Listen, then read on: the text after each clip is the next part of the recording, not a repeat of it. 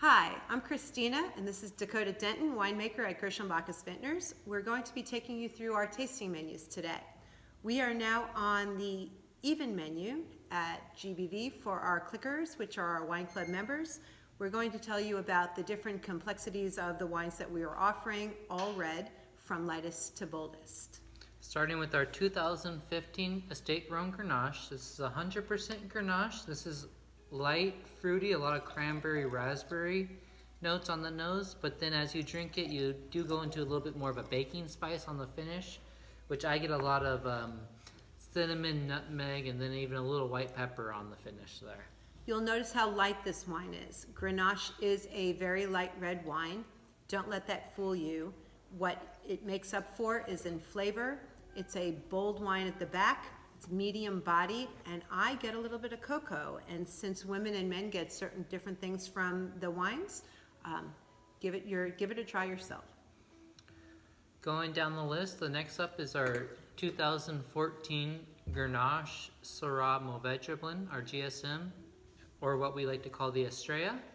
This is a 37.5% Grenache, 37.5% Mourvedre, and 25% Syrah. So with this wine, you get the fruit of the Grenache, you get the caramel of the Mourvedre, and then that big, bold Syrah finish. This is our constellation wine. If you look up in the stars and you understand mythology the way it is, you'll find Estrella up there, the goddess of justice. This wine gives you so much to play with. While it goes with every protein, you're going to get that flavor. You just have to sink into that flavor. And at the finish, it's long and lingering. This is an all-day wine. Up next is our estate-grown Zephyrus, or Zinfandel, named after the god of the west wind. This is 100% Zin, all grown on property. This has a little bit of it has that Zin nose, but then it has a little bit of acidity on the finish, and then we really try to bring out the black pepper using the Hungarian oak barrels that we use.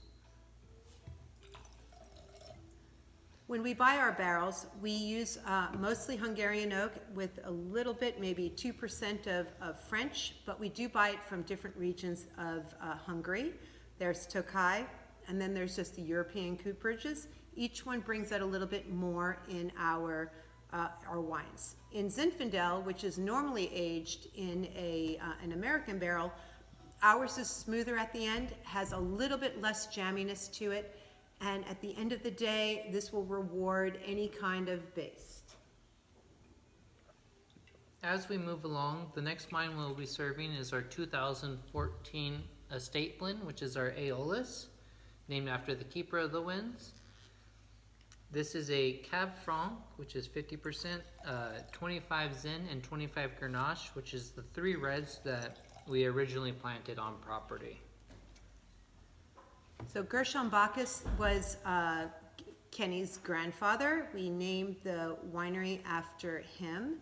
Bacchus is the god of wine. We decided to do all of our wines based on gods, goddesses, muses, and graces. The god of the west wind, which is Zephyrus, is very rewarding since we're on the west. This wine is not a typical Zin for Temecula Valley. This has bold flavor, great nose, fantastic end with a little bit of acidity with no jam. This is what happened in this year. This is one of our newer wines that I'm really excited about. It's our 2015 Oster, which is our 100% Syrah. This is all located from a local vineyard right here in Temecula. This has a nice big smoky nose at the front. As you drink it and let it open up, you get a lot of dark chocolate, like chocolate covered raspberries. Just a very unique finish on this one. Definitely calls for a big steak on this one. So as a girl, what I get from the nose of this wine, this is full cherry in the front, and I get that vanilla sense into it, which doesn't mean that it's not going to work with a big piece of beef. It will, but what it means, if you drink it by itself without any kind of food, it's going to be totally rewarding. Bone dry, by the way. This is a dry wine, big dry wine.